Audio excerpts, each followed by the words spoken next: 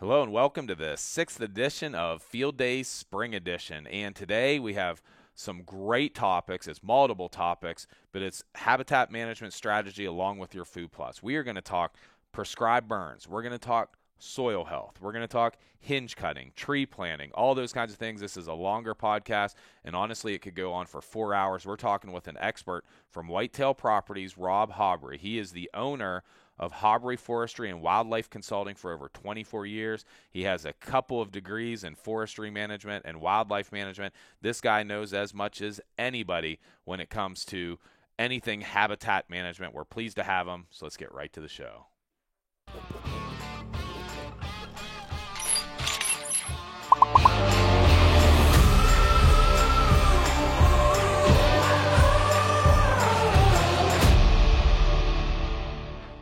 Okay, everybody, welcome to the seventh edition of the Field Days podcast. So far we've talked about everything from frost seeding to using herbicides and mowing to take care of those spring plots, planting a new spring plot. We did a tour of my property. But today we have a topic, I'll say in those last topics, I was pretty knowledgeable in those. Today we're going to be talking about stuff I'm really excited about because I'm planning on learning a lot. And we have a special guest with us today, Rob Hobry, who is a Whitetail Properties land specialist in southern Indiana. When I called my good friend Alex over at Whitetail Properties, I said, hey, I need a guy to talk to about everything that has to do with habitat management and your food plots. And he said, Rob is your guy. Rob has a degree, a Bachelor in Science in Forestry from Purdue University, as well as a Bachelor in Science in Forestry. He's the owner and president of Hobry Forestry and Wildlife Consulting for over 24 years, and he's been with Whitetail Properties as a land specialist in southern Indiana for 5 years now. So, Rob, we want to thank you very much for taking the time to talk to us today and share some of your knowledge. Well, thank you very much for having me. Look forward to it. Yep. And honestly, we have a lot, we try and keep these podcasts to, a half hour, 40 minutes. Literally all the stuff we're going to be going through today, I think could be a podcast in and of itself. So, as we go down the road and we do more of these podcasts, we're probably going to have you back and get into more detail in each one. But just so everybody knows the topics that we're going to be going over today, we're going to talk about first habitat management strategy with food plots. We're going to be talking about prescribed burns. We're going to talk a big buzzword you're hearing now is soil health. And we're going to talk a little bit about soil health and the things that you're hearing out there. Hinge cutting. We're going to talk about planting trees. And also, last one, this was something Rob threw in here last second, was a crown release of oaks to promote acorn production. So those are all the things we're going to be going down through today. So if, maybe you're not interested in the first two, you might be interested in the last two. So you want to hang on till the end. So, Rob, let's get right into it. Let's talk about we get a lot of people, and this includes myself. I plant a lot of food plots, but I don't do what I call I don't really have a habitat management strategy. I have a food plot strategy, but I wouldn't say I have a complete habitat management strategy. And you hear that more and more where people are talking about these things. So just, I guess, briefly here, talk to us a little bit about, how you can develop a habitat management strategy to go along with your food plots. Sure. Well, the basics of habitat, and this is anybody goes into forestry school or studies wildlife habitat management at a university. First thing the professor is going to tell you is, listen, habitat is simply food, water, and shelter. Those are the things that any wildlife species need. And so most people, who are listening, I'm assuming are going to be really focused on deer habitat or turkey habitat or maybe some other wildlife species. But one thing I tell a lot of my landowners is like, listen, if we're focused on deer habitat and we're providing food, water, and shelter for deer, it's still going to be conducive to turkeys. If you have a lot of edge that you like to manage on your property, it's going to be conducive to bobwhite quail as well. So a lot of the things that we do when it comes to habitat management are beneficial to all the other wildlife species as well. But you can tailor those needs to a specific species. Now, when we're talking food, cover, and shelter, especially when it comes to food, my goals on my property and my goals on my client's property are year-round nutrition for the wildlife species, especially when it comes to managing for deer habitat. And that goes right into your soil health. So when I'm planning a strategy, a food plot strategy for a client, depending on their soil type, the first thing I want to talk to that client about is, listen, we want to strategize the habitat needs on this property and the food needs on this property for your deer to make sure that we can maximize the nutritional needs for the deer all year round. And so when I'm planning a food plot strategy, I'm thinking, what are we putting down in the spring? We want to make sure we have forage from this time of year, the 1st of April, all the way through April of next spring. So what I plant this summer may be, and then what I plant in the fall, I want to make sure that carries them all the way into the following spring. And a lot of that has to do with your soil health and what you're putting down. And are you doing too much tillage? Are you doing some no tilling? What kind of fall production do you have, or what kind of winter forage do you have? And so I try to manage that or strategize that for each landowner based on their specific needs. Sure, sure. Now, let me, because I mean, this is the same way with food plots. You have a million different scenarios, so you probably get questions like, "Hey, I have 15 acres. I have 20 acres. Can I do habitat management with that much? And what do you say to somebody like that, who has a smaller, land? Is it possible for them to have a strategy that they're doing, or is there really a certain amount of acreage that you're looking at to really get hardcore into habitat management and having all the things you need to hold the deer there? No, you can manage any acreage that you possibly have. So, I mean, I may not be able to create a complete plan for a client who's got 7 acres if they're wanting food cover and shelter for white-tailed deer, Mm-hmm. because the range of a white-tailed deer is so broad. But what we can do is provide some kind of nutritional need on that property that the deer love, that brings the deer onto that property. And maybe also, to give you an example, behind my house is a little 3.5 acre woods. Well, I created basically it's just a little sanctuary. I hold deer in that little 3.5 acre woods that joins the rest of our family farm and then the neighbor's farm as well. But the deer use that little 3.5 acre woods nonstop, simply because there is a water source in that 3 acre woods and there's cover in that 3 acre woods. And then the nutritional needs are on the rest of my family farm and then the area around it. So you can create some type of habitat need for a wildlife species, even if the property is relatively small. Sure, sure. And I think honestly, I mean, like I said in the beginning, we could spend a whole podcast just talking about this. I mean, Sure. it's so vast and things like that. And I think we're going to talk about some of the pieces going forward of habitat management and strategy, from hinge cutting and things like that, and things that you can do. But like I said before, I'd really like to possibly have you back sometime, and we really break that down and do a podcast in and of itself on just habitat management and the things you can do from small parcels to large parcels. I mean, every guy has a different scenario out there, well, I have bedding areas, but it's right beside my buddy and he shoots everything, and he has all the food. Well, what can he do? Sure. You hear them all the time. And so, yeah, so I know we can really expand more on that. Let me ask you, if say somebody is they've kind of evolved to the next point. They've planted some food plots, and they're in a scenario where they know they need to do more, like you said, whether it's creating the bedding, creating the food source or the water source or whatever it is. Where can somebody find out more? What would you say the next step for a person like that wants to get really serious about their land? Obviously I know they could contact you, but is there online resources and stuff too that they can research and look and educate themselves some more? Oh, absolutely. I mean, you looked at the Quality Deer Management Association. They have all kinds of good articles. Even as a professional, I've been in this business, whether it's habitat or timber management, for over 30 years. I still rely on all these sources for new research and so forth.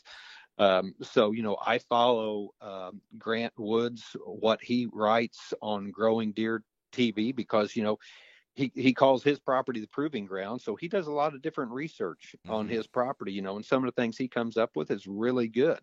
And there are different avenues out there online as well.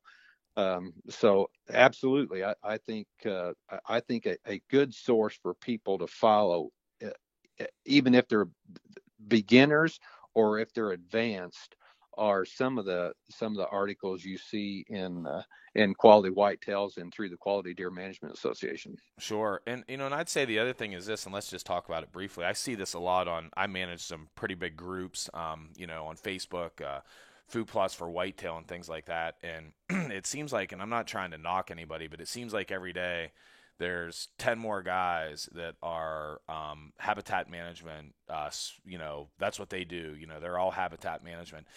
When a guy's looking for somebody and there's a lot of false information out there, stuff that's just not accurate, just not correct. So a guy's looking for advice, whether he's looking for advice from somebody or he's looking to hire somebody. What are some of the things you would caution guys on to be careful of, and what should they really be looking for when they're taking advice or looking for somebody to help them with their habitat management strategy? But I would look at the experience and the background of that particular consultant or the guy who's going to do the work. For example, I mean, if you're looking for a guy who's got a small tractor and a tiller and will come in and throw a food plot down for you in a half hour and walk away and not talk about nutritional needs and not talk about year-round nutrition and not talk about soil health, you have to ask yourself, is that what you want? Sure. Or do you want, or are you wanting somebody who's going to educate you on soil health, nutritional needs, why we're doing this? Okay, I've got this idea because I would like to put this down because I read an article that said this is really good. So my first question with a client would be, why? I mean, is there a particular reason you want to put that particular forage down? Because here's my experience with it, and here's what I would suggest, and here's why. Sure. Certain people have certain luck with certain forages, and that's fine. When I tailor a management plan for a client, what I'm doing is when I write the plan and I submit the plan to the client, I explain to them, this is how we can have year-round nutrition on your property. This is how we can create more cover. And this is how you can provide a water source. And, a lot of times you don't even need a water source. It's already there. Mm-hmm. And so I would just, for the listeners, I would just say it depends on what you need, but look at the experience of the person who you're considering hiring, and then ask yourself, why am I hiring this person for this particular need? Do I want to grow the quality of deer that I would like to shoot, or am I just interested in putting in a food plot tomorrow? Sure. Yeah, perfect. And, I have that conversation a lot, like I said, I'm one of those guys, and I'd be the first one to tell somebody, if you're looking for I'm planning on learning a lot today and from you on a complete, when we talk habitat management and all the pieces that go into there, in my past, I've been really successful at planning food plots and drawing deer. And I feel like, I can provide a certain component when somebody asks advice and says, hey, what's a good, late season blend in Northwest Pennsylvania, that's going to do this, and talk soil things and stuff like that. And I always tell, and you'll have a lot of guys in there, and some give great advice, and other guys are just like, what is this guy talking about? And I always feel bad for a new guy out there looking. It can be overwhelming because you don't know who's what. So I always say, listen, here's all the videos I have. Here's all the photos I have. I got hundreds of videos I've done on food plots. I got, thousands of photos, and 9 times out of 10, that other guy, well, I really don't have that. They don't do that. So, it's like you said, do your research. Make sure you're talking to somebody who's knowledgeable, who's going to talk to you about all the right things based on what you're looking for. And I feel for the new guy out there, because it is overwhelming at time. With guys just saying, hey, listen to my advice. And it's great. And I think guys are genuinely trying to give honest advice, but sometimes it's just the wrong advice. And so you need to be careful when you're looking at somebody to, one, get advice from, or even if you're looking to pay somebody to come out, you want to make sure you get the right guy. So okay. Yeah, and Go ahead. it also depends on what region you're in too. Somebody called me that was in New York or Northwest Pennsylvania.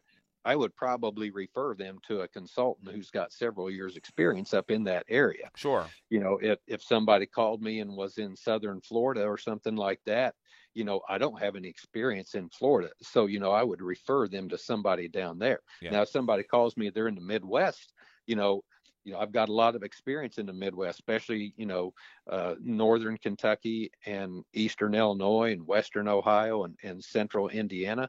I've got a pretty good grip on the soil types and what it takes to grow what type of crop or food plot need in this area.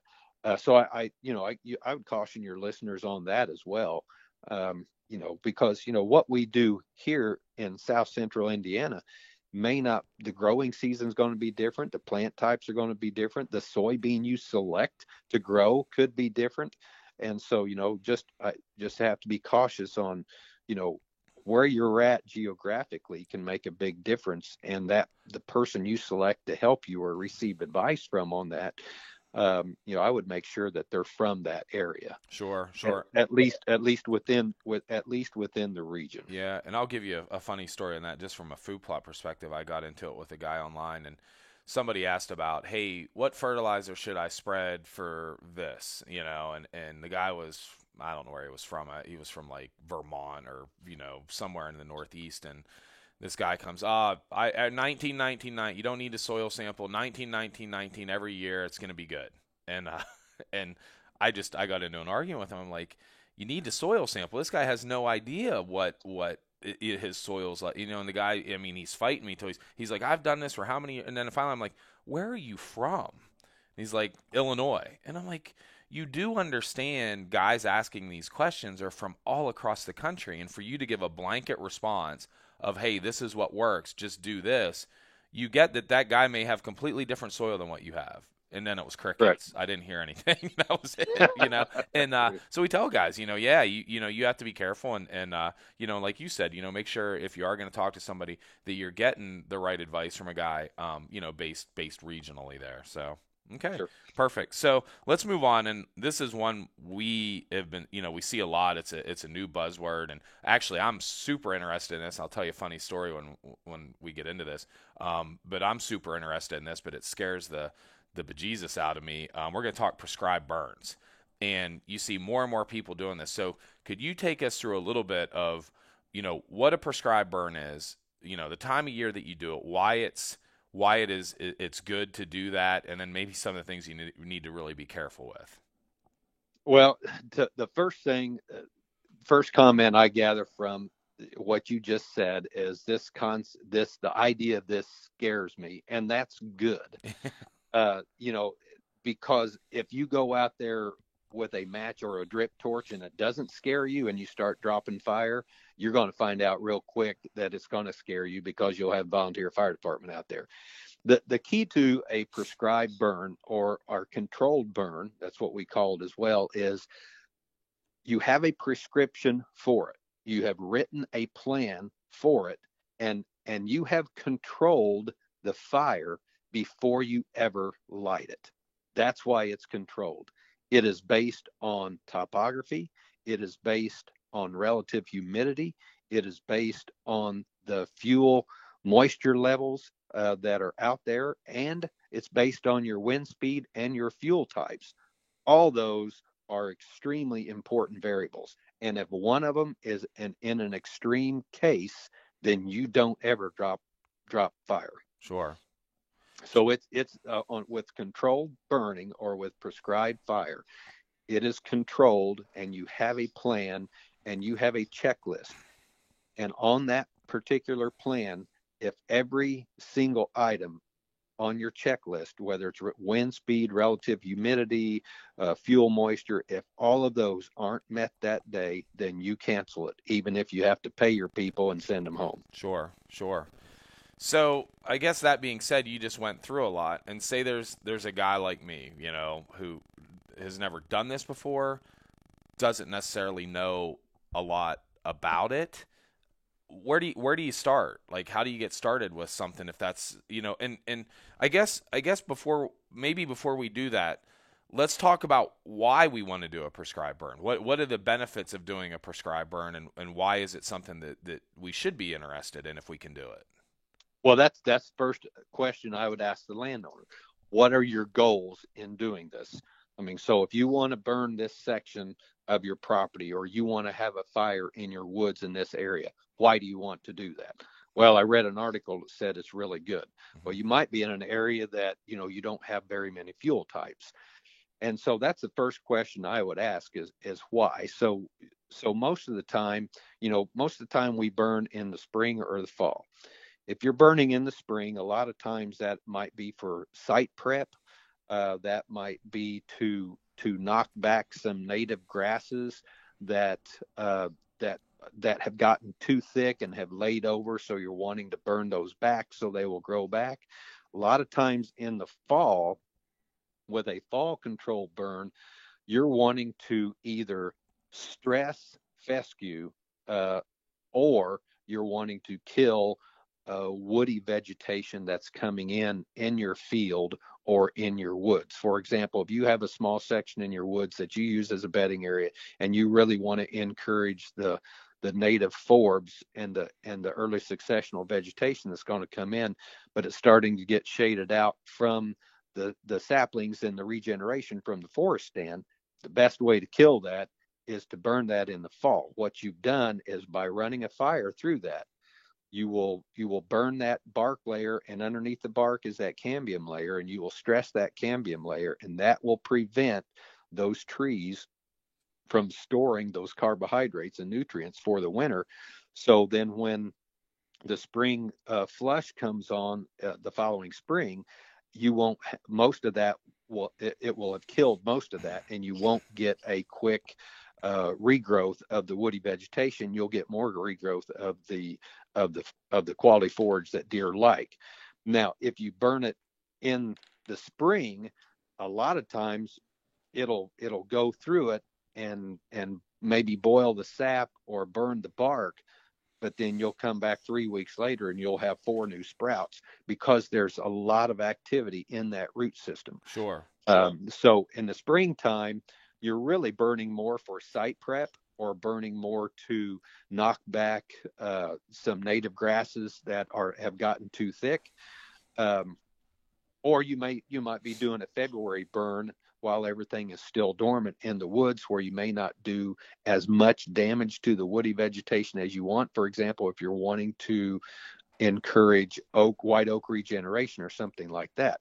Sure. Once you get into the first week of April, you're done, because we don't want to burn when we're going into nesting season.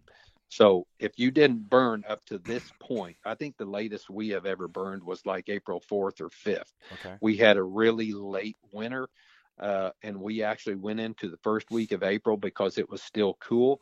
But because we've had a lot of warm weather here in southern Indiana over the last week, we would have quit the end of March. Now, the drawback to control burning is your weather conditions have to be right. And so if it's too wet, you can't burn. If it's too dry or too windy, you can't burn. So you have to plan it. So you have your written burn plan, and you have to plan it. You have to look at the weather conditions. You've got your people together to help you plan this and to help you implement the burn. And then the weather changes, and everybody's planning on coming over on Saturday or Monday to help you burn.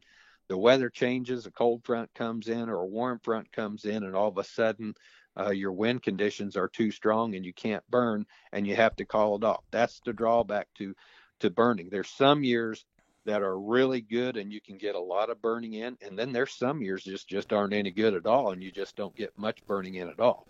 Now, the problem with doing that fall burn, the fall burns are really good, because when you're burning fescue in the fall, to maybe do a site prep. It really stresses it because it prevents that food storage going into the winter. And so when you get that green up next spring, you'll see a lot of mortality out there and you won't have near as much fescue coming in. So if you're trying to get rid of cool season grasses in your warm season pollinators, sometimes a fall burn could be really good in a certain section. But there again, in the fall, because normally it's considerably drier, the state may have a burn ban, or your relative humidity might be so low that you can't burn. And so it can be a very difficult situation trying to implement a fall burn, even though a lot of times during the fall is a good time to burn. Sure. So, since this is a food plot show, Field Days is a lot about food plots and things like that. Just let me ask you, we're getting a little bit of feedback here, so I apologize. Just let me ask, so for a guy, where I'm interested in it is I see, you hear a lot of people talk about soil health. You hear a lot of people talk about trying to get away from spraying their plots, and they look at least as this is what I see guys talking about, and what interests me is they're saying that's a way to get around having to spray your plots to kill them, and it's better for the plots anyway to actually burn those plots off, instead of spraying and things like that. So can you talk a little bit about that, and if that's accurate, and and let's just talk about it from a standpoint of planning a spring food plot, if that is the way to go, how you would go about it. Well, if you're prepping a plot to get ready to plant it, burning it, of course, is really good, because it puts all that, what you've done is you've burned up the vegetation. All those macro nutrients are still there, and that ash going into the dirt puts all those nutrients right back into the soil.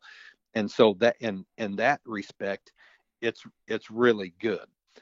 So if I'm getting ready to plant a new food plot in an area, and it's, say, for example, it's heavy to fescue and weeds, and maybe we've mowed it and sprayed it and now it's burned down, you can either drill right through it or you can burn it off and drill it, because burning that will put those nutrients back into the soil. But keep in mind that as we go through this, as I talk to some of my clients, when I discuss year-round nutrition in regards to food plots, for example, I plant a lot of forage soybeans for my clients because they provide really good nutrition. They stay green longer. And then right after the forage soybeans in the fall, either will drill or broadcast right over the top of that bean plot a really good winter mixture of wheat, oats, and peas and turnips, and maybe some annual clovers. So the deer have forage going into the winter and forage going into the spring, plus they still have the pods on the soybeans. So when you come into the following spring in that particular plot, you've got a choice. You can either, whatever is growing, you can either use a herbicide to burn the wheat, oats, and peas back and drill through it, or you can use a crimper and roll it and crimp it and drill right through it that way. So from a standpoint of utilizing fire for my annual food plot rotation, I don't utilize that much. I can utilize fire to implement a site prep if you're wanting to prep an area to put in a new food plot, because it does put those nutrients right back into the dirt. Sure. Now let me ask, because there's a lot of that I see out there and I just don't know the answer. By burning that off, can you get away then and still be successful with then not having to spray that plot? Depends on how green it is. Sure. For example, if you're getting ready to prep a plot that is, say, for example, let me go back to the fescue. It's fescue and orchard grass and weeds, and you mowed it off, and you're going to put soybeans or some kind of annual crop on it this year, and it's brown in February. Absolutely. You can burn that in February or March and it'll look great, but it's still going to green up. Hmm. And so you'll have to eventually spray that. Okay. Once you've sprayed it, if you want to burn it again, you can, or you can drill right through the residue. Sure. Sure. Okay. So let's talk now too. I heard you talking drilling and things like that, and a lot of guys, I mean, flat out, I'm from the Northwest, and most of my plots are a quarter acre, half acre. We're not planting big plots, and I don't know that drilling is really an option for a lot of food plotters, that aren't maybe in the Midwest planting very large food plots and stuff like that. So would you say a guy that's planting, the average size is quarter acre, half acre, acre food plot, that coming up and burning that plot is a good idea for that person? Or is that something, I guess every scenario is different, but what do you say to that guy that's not going to be tilling, that's most likely going to be disking or somehow breaking that ground, whether it's a tiller or a disc or whatever it is, that's planting the smaller food plots? What should their plan be?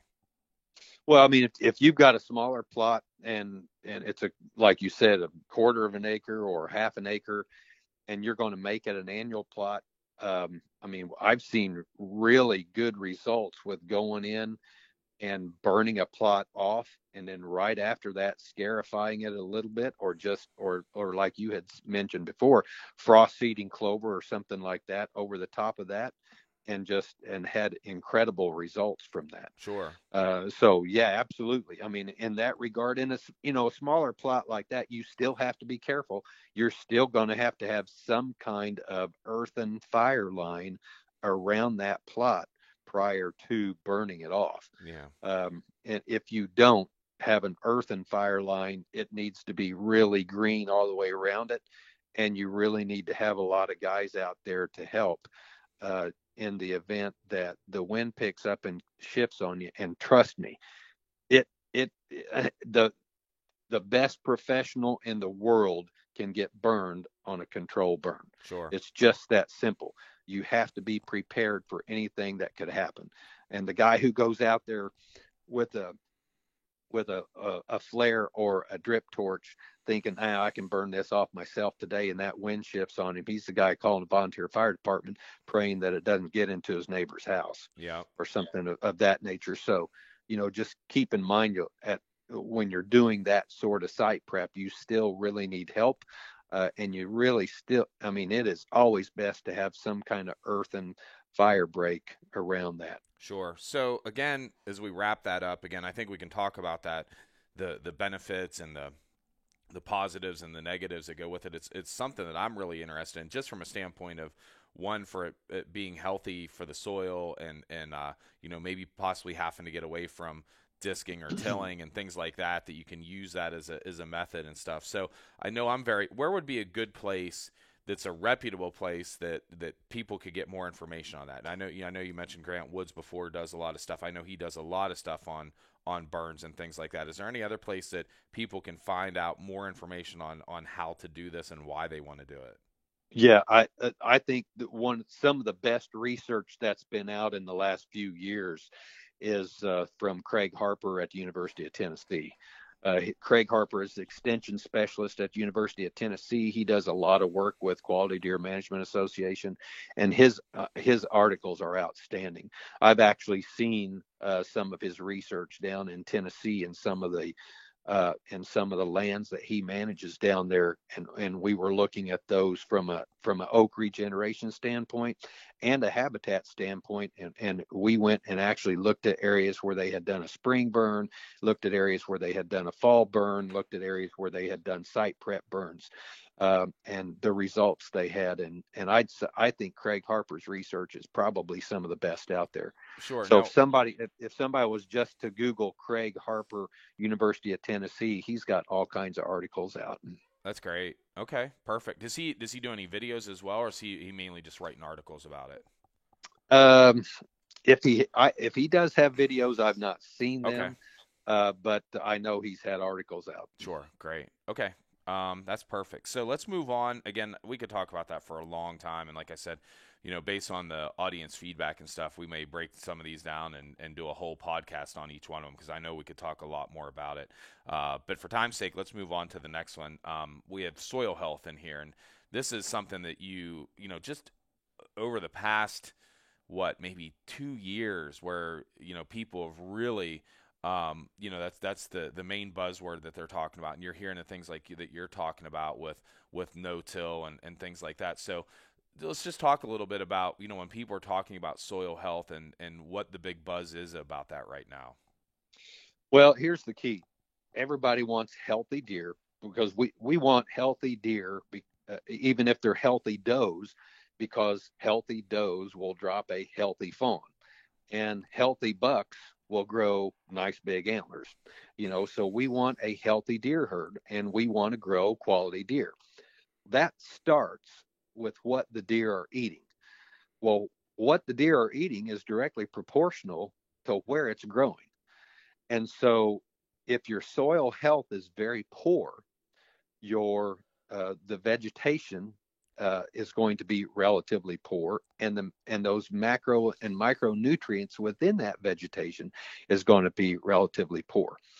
So if we can build the health of the soil and have those micronutrients, macronutrients that are in the soil translocated through that plant that the deer are foraging on, that's going to help grow a healthy deer herd, and that's going to help bucks grow better antlers. And this is the scenario I use for my clients all the time. I said, here's the deal. If I've got a deer herd on my farm and I know the nutritional level on that farm is good all the way up until April or May, then especially with the bucks, as that deer comes out of the wintertime and starts foraging on the spring forage, the really nice, succulent, nutritious spring forage that's growing in the crop fields and so forth, and the new growth that's happening within the woods. As that spring forage is growing and he's foraging on that, I want as much of that forage going to antler growth as early as I can, rather than spending the first 6 weeks of the nutritional growth that's in the woods going on building back the body mass. And so that is why this year-round nutrition that I push with my clients is so critical. And that starts with the soil health.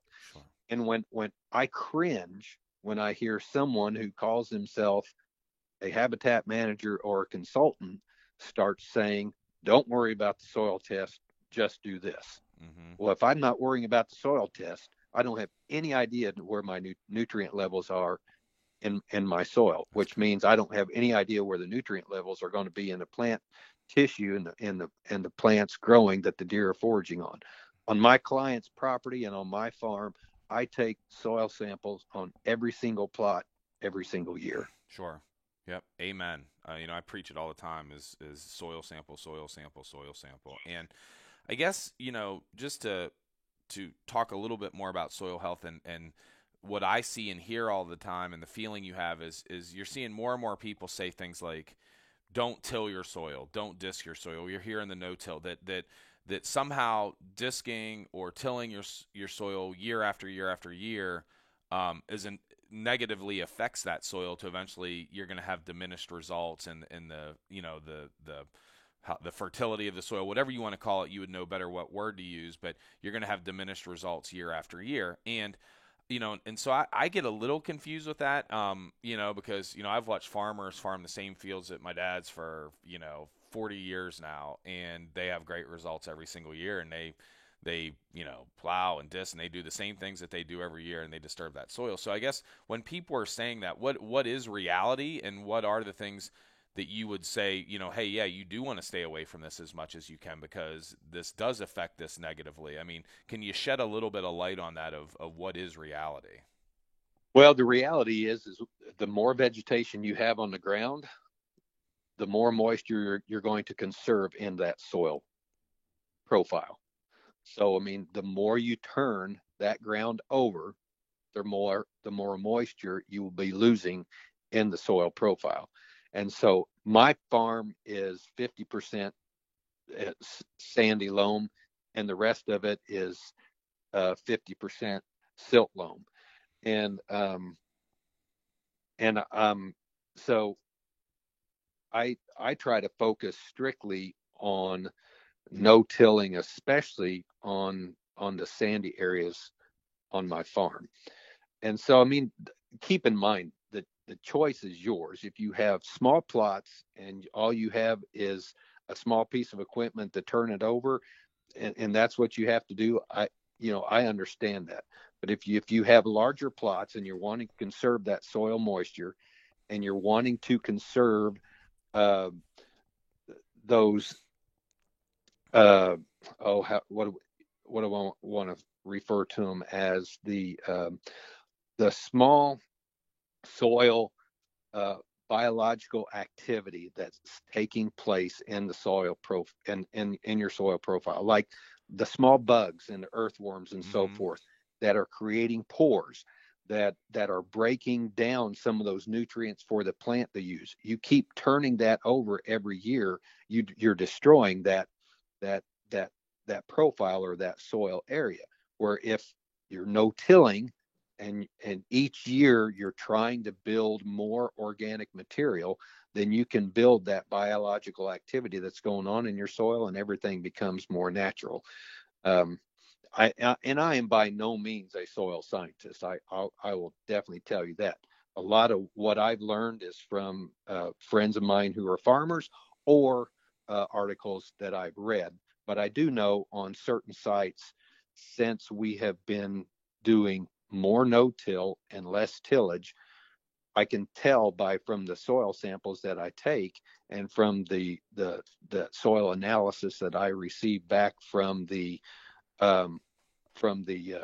soils lab, that my organic matter in the soil profiles is increasing, and that's what I want. Sure.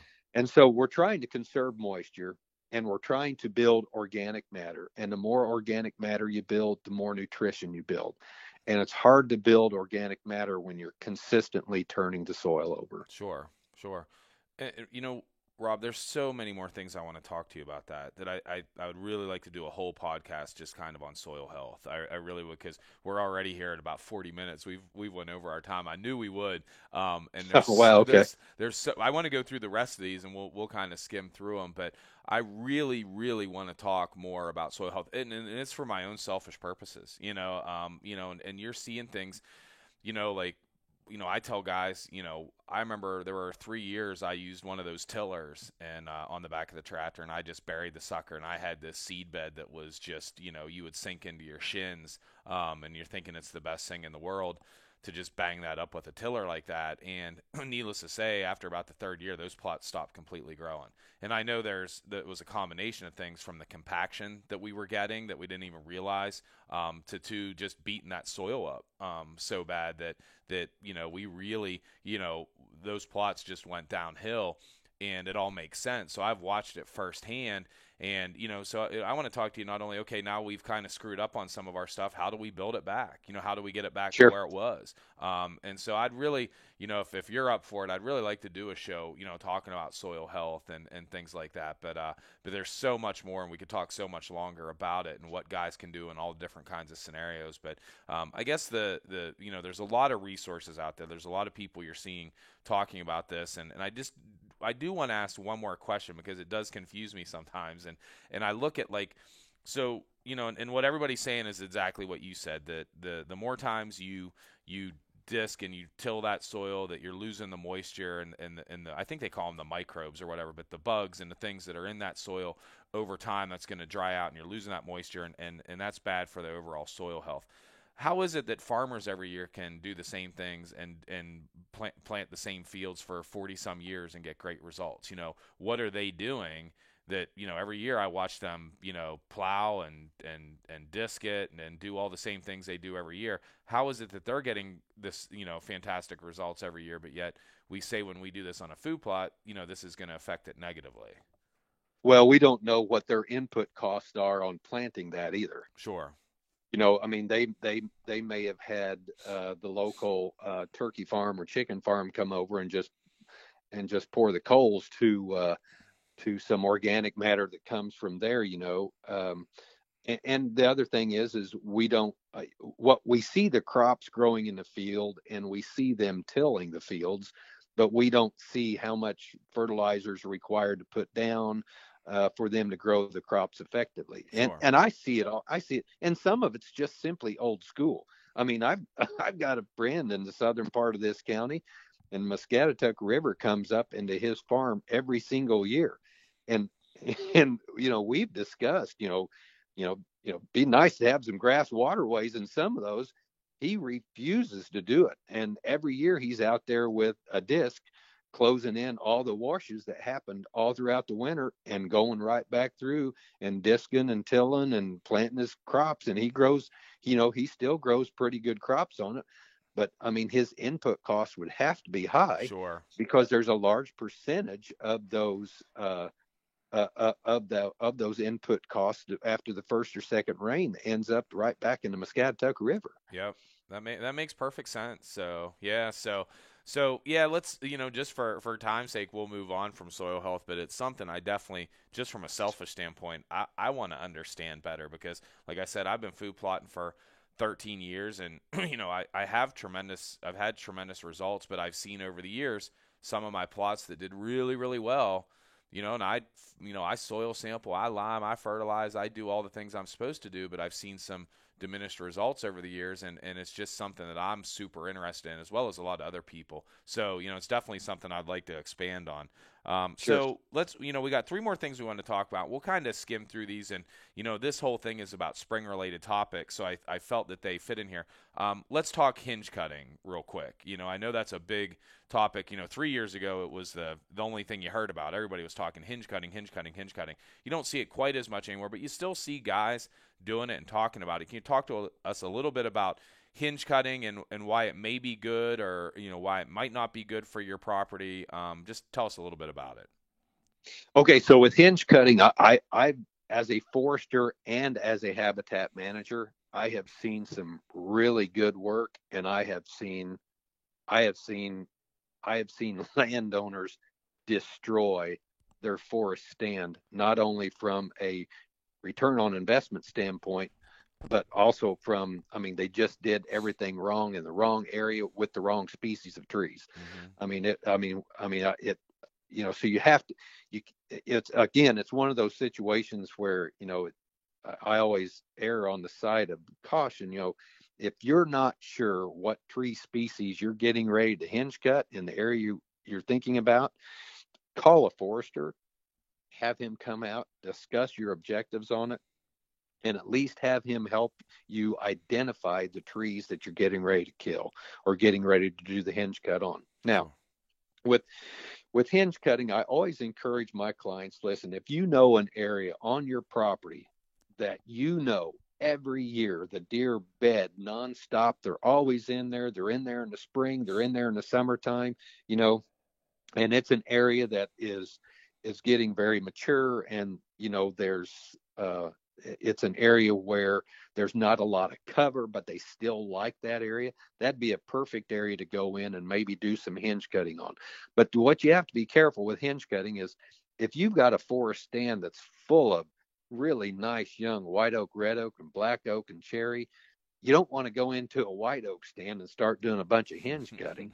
uh, and now there again, I say that, but I have had some landowners that said, I didn't buy this property to grow white oak. I bought this property to grow deer, and they went ahead and did it anyway. That's your choice. Sure. But if I'm like on my farm, I've got a couple areas that always grow a lot of, in one particular site, it grows heavy to poplar and soft maple and beech, just because of the soil type, the aspect, and the slope and the topography. The deer love that area. That area on my property is not designed to grow timber. That's not why I like owning that section of the property. I go in there and I go in and hinge cut in that area every 3 to 5 years just to create more habitat. that's an area that's really good to do that. So you're coming in, you're creating the hinges, I'm creating the cover. It's a good site. The hinges sprout really good. The deer use the area.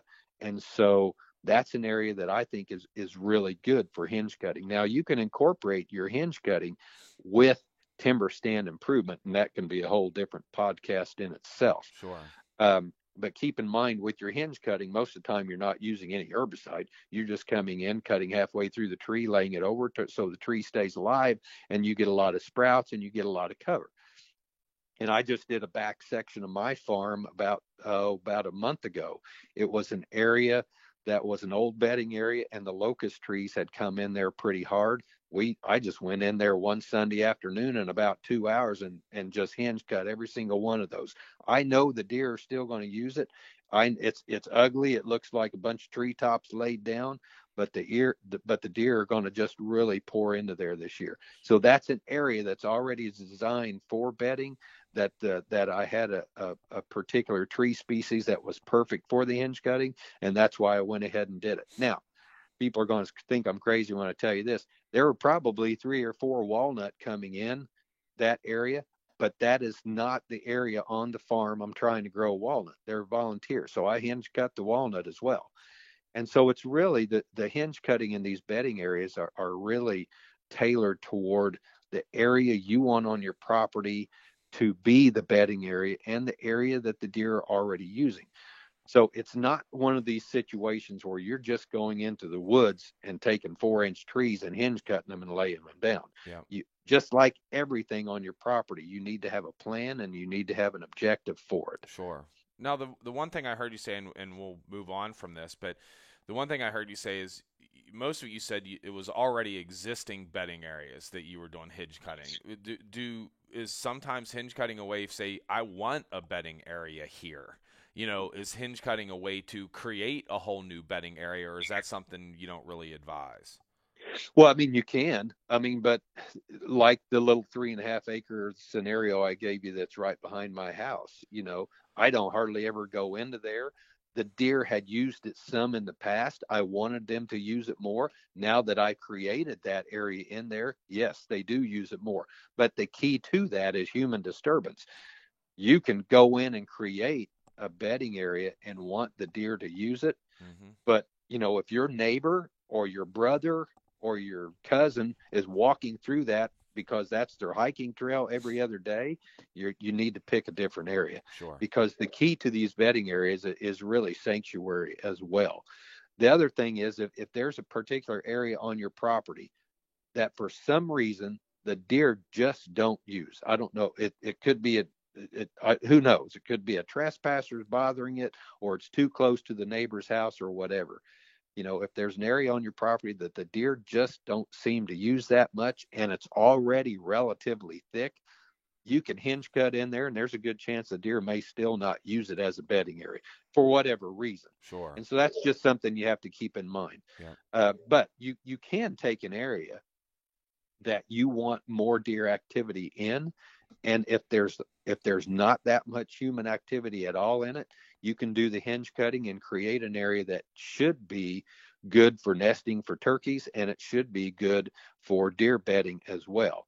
But just keep in mind, like anything, there's never a guarantee that, well, just because I went in and hinge cut this area in my woods, now the deer are going to use it. There could be other factors that cause the deer not to want to be in that one particular spot. Sure. So it sounds like, as far as hinge cutting, there's a lot of things you can do right, and there's a lot of things you can easily do wrong. So the last thing we probably advise people to do is go out there and start hacking trees down when they don't know what they're doing. And I know we work closely with the Kentucky Department of Fish and Wildlife, and they actually offer programs where they'll have habitat specialists come out and look and help you determine where you should do this and how you should do it and all those kinds of things. So I think the one piece of advice you would probably agree with me on is don't go out there and just start whacking down trees. Get somebody who knows what they're doing to an extent to help you come up with, I think you keep, hammering this home, is what is your overall plan? What are you trying to accomplish, and get somebody to help you with that. Absolutely. And most of your state agencies will either have like a district forester or a district wildlife biologist that you can call, get on their schedule, and have them come out and say, listen, I've been thinking about hinge cutting in this area. Am I really going to hurt anything? If you're hinge cutting soft maple and hard maple and even some poplar or locust trees or something like that, not a thing wrong with doing that. Sure. You have to be really careful if you're in areas that are a really good site and you're growing really nice white oak or you're growing really nice walnut. If you don't know your tree species, at least get somebody out there who can help you identify those. Sure. Perfect. Well, again, we could talk about that for a whole podcast, and maybe that's something we'll do. But for time's sake, we're going to move on, and we're going to talk about the last two things. We'll put them together because they kind of fall into the same category. Let's talk trees. And I see this more and more. A lot of people overlook trees because, they look at it, well, I'm going to plant these. Am I really going to see the benefits of these in my lifetime, and things like that, which there are ones that you can. But let's talk, a tree planting strategy here briefly, and then I know you want to talk about the crown release of oaks to promote acorn production. So let's talk about those two. Sure. Tree planting, as far as that goes, that's always best done in the spring. Most of the research Purdue University has done, the spring tree plantings, if they're planted correctly, you're going to have 90% plus survival rate. If you plant in the fall and you have a dry fall or you have an early freeze, you could end up having 30% mortality.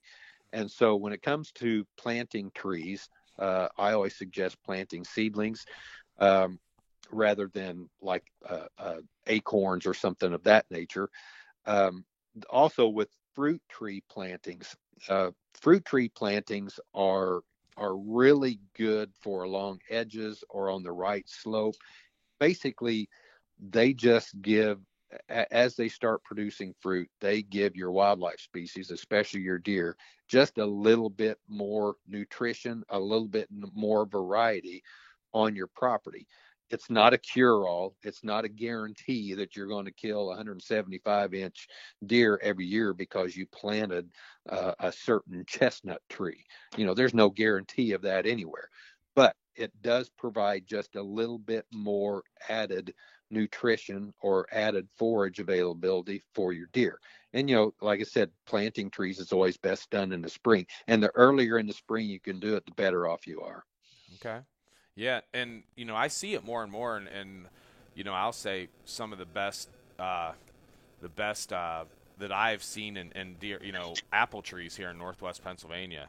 I mean, deer love apples, and so I've been interested a long time in plant some apple trees and doing some of that. But there's a lot of different trees that you can plant and different things like that. So like I guess what you would say is you'd encourage people to include tree planting in their strategy, and planting some trees every spring is something I'm assuming that you would definitely advise people to look into. Absolutely. And, with the fruit trees, especially, the slope and the aspect, which direction that slope is facing is really critical for fruit trees as well. Because fruit trees are very susceptible to fungal diseases. And the earlier you can get the sunlight on those trees in the morning, the sooner that the dew is going to burn off. And the sooner you get the moisture off those leaves, the less susceptible they are to a fungal disease. And so, like an east facing or a south facing slope or a little ridge like that is really good. If you have a really shaded area on your farm and you're thinking, man, that'd be a great place for plant some fruit trees, you may have, they may grow, but you may have a problem with fungal disease simply because they're not getting enough sunlight to get that dew burned off of them fast enough.